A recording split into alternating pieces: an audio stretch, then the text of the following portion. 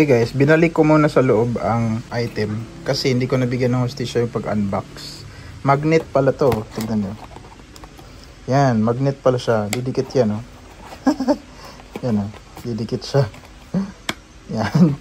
So pag open mo, makikita mo agad ang wow, ang pad, charging case. Now, gagamitin ko muna siya. Tignan natin. Ang alam ko po, meron siyang capacity na 4 hours sa pagtawag. Tapos, ang charging time niya ay 1 to 2 hours. Yung Bluetooth niya din ay 5.1 na. And, ang alam ko, kaya niya itong mag-play ng music up to 10 hours. 8 to 10 hours. Tignan natin. 50 hours na standby time. Talk time niya, listen to music, talk time 4 hours. Bakit sabi sa website ay 8 hours? Pero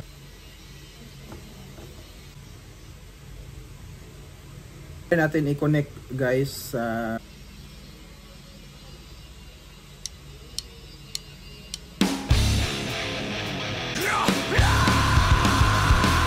yung quality niya na guys compared sa isang Bavin natin. Kasi meron tayong isa eh.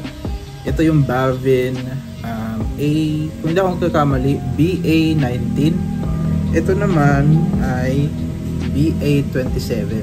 So almost the same size na sila. Mas malapad lang to. Pero sa kapal, the same lang sila. Ito, mas malakas yung kanyang bass. Dito, ang na-appreciate ko dito, hindi masyadong overwhelming yung kanyang bass. So yung mga hits ng drums, ng rock tong pinapakinggan natin eh. So sa Linkin Park. Dito, pinakinggan ko din to kanina. Pinakinggan ko din yung the same na song gamit ang ito. Mas malakas ang drums nito.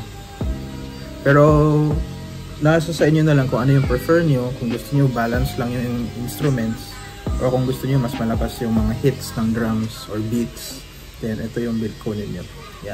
Yan. Tapos try natin yung isang favorite ko din na song na very melodic para sa akin. Itong Nobody Can Save Me ng Linkin Park din.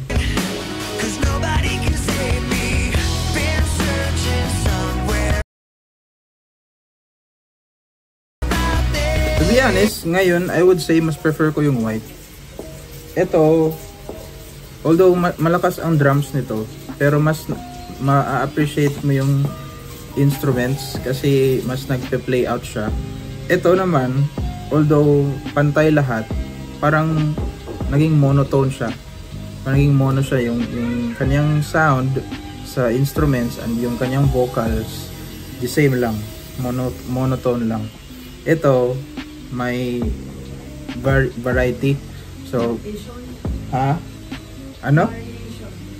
may variety, may variation. So mas ma-appreciate mo yung instruments niya dito.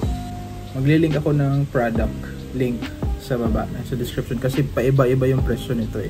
Depende na lang kung mabibili mo siya during sale. May mga times din na dinadrop nila yung price, depende sa supply and demand. Now for this, meron na siyang, ang seller nagbigay na din siya ng libreng case. Pwede mo ilagay dito ang charging cable mo, which is libre na din. Natandaan ko dito, walang, itong isa, nung bilhin namin, wala tong libreng charging case. Sucks. Pero ito meron, which is nice. Thank you, Bavin. Overall, I like it. I think this would be a good alternative. Thanks sa panonood. Ganito po pala ang ganito po ang case. Medyo malaki siya.